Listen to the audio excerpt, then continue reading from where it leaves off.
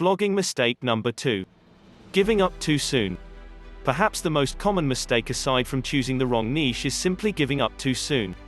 Almost any blog could eventually become very profitable if given enough time, but the majority of people will give up long before that time. The average business offline takes between 1 and 3 years to become profitable, but the average person seems to give up on a blog after a month or 2 if their blog doesn't start making money immediately. Why is this? For one thing, some people seem to think blogging is a get-rich-quick method. It's not. It takes time, hard work, and dedication. It's not easy. It's not fast. And it's not going to happen overnight. Blogging may take anywhere between 3 months and 3 years to really take off. It takes a while to start getting good traffic from the search engines, and it takes a while to build a fan base and an email list.